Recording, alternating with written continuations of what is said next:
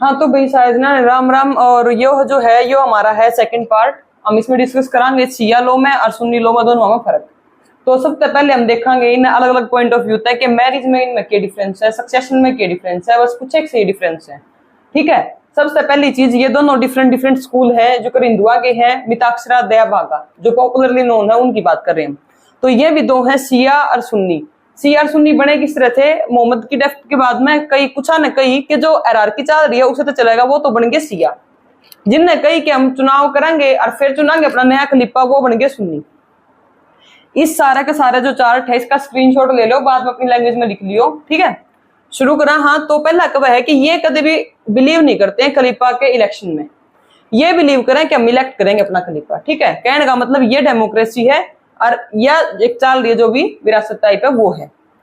फिर बात करा मैरिज में दोनों हमें क्या डिफरेंस हुए हैं। सबसे पहली चीज, शिया सिर्फ और सिर्फ देखो दोनों ही हैं जो कि 3 तरीके की मैरिज रिकॉग्नाइज करे हैं, वैलिड, वॉइड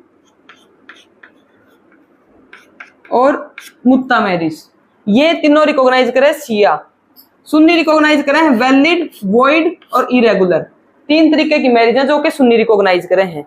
ठीक है, वैलिड मतलब जो बिल्कुल प्योरली वैलिड है।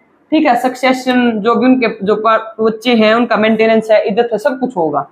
वैलिड जो कि शुरूते जीरो है, जिनकी कोई एग्जिस्टेंस नहीं है। और फिर आगे मुत्ता मतलब जो कि टेम्परेरी करी जाकर हैं, 1 साल खातिर, 2 साल खातिर, उसका 1 घंटे खातिर भी करी गई हो। ये सिर्फ एक पर्पस था लीगलाइज द प्रोस्टिट्यूशन लीगलाइज करने खातिर, जो स्पेशली इसका पर्पस जब फुलफिल हुआ करता जब लोग वार खातिर बाहर जाया करते। तो कोई ज्यादा से एग्जिस्टेंस है नहीं, पर वैलिड मैरिज है या। और जिस केस में अगर, चलो हम इसको बाद में डिस्कस करेंगे जब मैरिज का कंसेप्ट करेंगे तब डिटेल में करेंगे। आगे के है इसमें वैलिड है, वॉइड है और इरेगुलर है। इसकी इरेगुलरिटी क्यों आकर है कि छोटी सी कोई भी एक छोटी सी दिक्कत है वो क्योर हो जाकर है, मतलब वह ठीक हो जाकर है। ऐसा कुछ नहीं है जिसका इफेक्ट ये होगा। जिस तरह के हम वॉइडेबल हो गए ना, कि अगर वो एक कंडीशन है मतलब पर्टिन जाके वॉइडेबल करवा ली तो हो जाएगी, नत ना हुए, वो चीज इसमें है कि चलेगी चल जाएगी और रोकना चाहोगे पार्टी तो रुक जाओगी। इनका जर्नली तरीका हुआ कर है या तो कंजम्पशन ऑफ मैरिज हुआ कर है, या तो जिस तरह के एक आदमी ने दो इसी लड़कियां तो शादी कर ली, 2 इसी छोरियां तो ब्याह कर लिया, जिनका आप अगर वो एक छोरा होता, एक छोरी होती तो उनका आपस में ब्याह नहीं हो सकता। तो वो ये चीज अगर इसी में कर ली तो मतलब एक ने तलाक दे दो, दूसरी की अपना आप लीड हो जाएगी, नहीं तो इरेगुलर होगी। कुछ एक इस टाइप की है इसमें, ये भी हम डिटेल में मैरिज वाले कंसेप्ट में करेंगे। फिलहाल हम सिर्फ इन दोनों का डिफरेंस करना लग रहे हैं।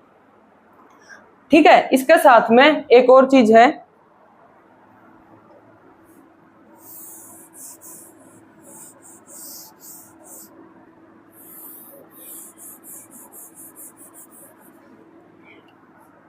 जो उरा होंगे ना वे होंगे सिर्फ और सिर्फ, जो वैलिड मैरिज की बात कर रहे हैं हम, वे होंगे ओनली विद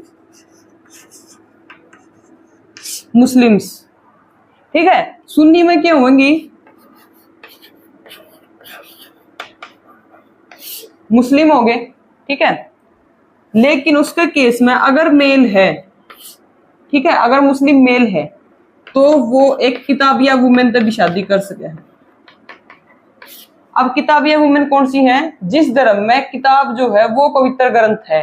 ठीक है, जिस धर्म में किताब की पूजा हुए है। अपन ने तो फायर वर्शिप, ठीक है, हम तो फायर वर्शिपर, हाँ मतलब आग की या देवी देवता की उनकी पूजा करा, लेकिन जो किताब की करें जिससे क्रिश्चियन है वो करे हैं।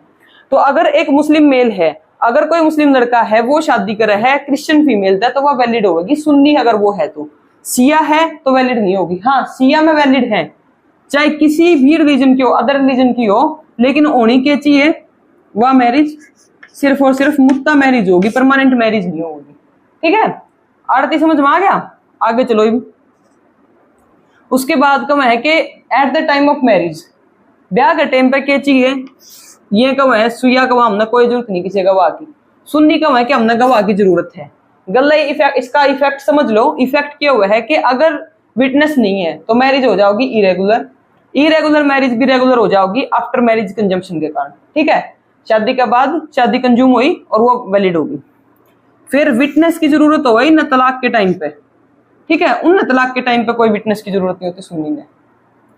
उसके बाद अगर डाइवोर्स के बाद में शिया है तो ओडे अलाला होगा, सुन्नी है अगर मैरिज के बाद में जो इद्दत पीरियड है वो ऑब्जर्व हो गया है तो हस्बैंड वाइफ भी रीमैरी कर सकते हैं। अगला जो कंसेप्ट है वो है हमारा जो है इसका मेहर। तो मेहर की जब मैं बात करूं उरत तक, तो मेहर का मतलब है कि कितने रुपये देने हैं। ये मुस्लिम लोग में क्या है, मुस्लिम्स में क्या हुआ है कि हम जिस तरह की हिंदू में है उसमें दहेज देंगे लड़की तक, मुस्लिम में क्या है इसका एक और भी कंसेप्ट है, क्योंकि जो हिंदू है अगर डाइवोर्स हो गए है तो उस केस में हिंदू अपनी वाइफ में सदा तक मेंटेनेंस देगा जब तक कि वह दूसरी शादी नहीं कर देती। मुस्लिम ये कह रहे हैं, मुस्लिम में हुआ है कि सिर्फ 3 महीने तक का मेंटेनेंस हुआ है। हालांकि इसमें बहुत सारा डिस्प्यूट है, 125 में जा सके है, लेकिन उसको प्रोटेक्शन खातिर भी 1986 वाला लॉ है कि अगर इद्दत पीरियड के ड्यूरिंग उसने मेंटेनेंस दे दिया है, परमानेंट एलिमनी दे दी है, कुछ इस टाइप का है, तो वो अलग कंसेप्ट है, वो बहुत डीप हो जाएगा। तो यो जो दिया जाओ है एक मेंटेनेंस टाइप दिया जाकर शादी के टाइम पे फिक्स कर दिया जाकर कि इन केस अगर डाइवोर्स हो है तो हस्बैंड जो है वो वाइफ तक इतने रुपये देगा। ठीक है, तो इन पहले फिक्स कर रखा है।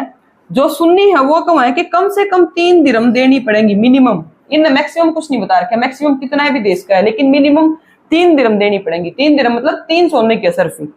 यो कब है कि 500 मैक्सिमम सोने के असरफी हुए हैं जो मैक्सिमम देश के हैं, उस तो ऊपर नहीं दे सकता कोई भी। यह बात सिया कब है। अगली चीज क्या कब है, सिया कब है कि आपका जो डाइवोर्स है ना वो मस्ट भी अरेबिक फॉर्म में होना चाहिए। ठीक है, उस लैंग्वेज में होना चाहिए, जबकि सुन्नी सा कोई बार नहीं करता, किसी भी लैंग्वेज में हो, कैसे भी हो। ठीक है, रिटर्न में भी हो सकता है, ओरल भी हो सकता है। फिर लैंग्वेज का इस पे बहुत ज्यादा एडवर्स इफेक्ट पड़ा है, उस पर कोई इफेक्ट नहीं पड़ता। और लास्टली है कि नॉट वैलिड इन जो केस ऑफ इंटॉक्सिकेशन। अगर ये पॉइंट है जो सिया में थोड़ा सा कम रिजिड है और सुन्नी में रिजिड है, नहीं तो अगर एमसीक्यू के क्वेश्चन है तो डायरेक्टली यूं भी लगा इसको हो कि जो रिजिड पॉइंट है जो तुमने लगा है लोगों के पॉइंट ऑफ व्यू तक ये थोड़ा फालतू रिजिड है, तो वो तुम सुन्नी पे सिया पे लगा दोगे। एक्सेप्शन में है डाइवोर्स वाला केस कि अगर इंटॉक्सिकेशन में, अगर शराबी हालत में, दिमागी तौर पे ठीक नहीं है या कुछ भी है, अगर उस पर उसने बोल दिया तलाक तलाक तलाक और फिर उसने बाद में मना कर दिया तो उसका कोई इफेक्ट नहीं होगा, वो मैरिज वैसी की वैसी रहेगी।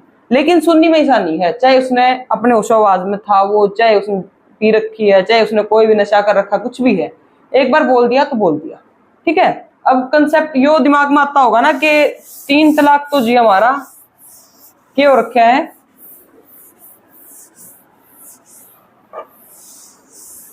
इस कंसेप्ट दिमाग में यो आया होगा ना कि 3 तलाक तो अब इलीगल हो गया, लेकिन 3 और भी तो फॉर्म है ना जिनमें वाई वर्बल तरीका है, उस तरीका तो उसका तलाक उल सुन्नत में है जो तलाक अहसन और तलाक हसन, ये दोनों के दोनों, ये भी हम डिटेल में करेंगे आगे, जो कंफ्यूजन जो है इतना सारा वो खत्म हो जाएगा।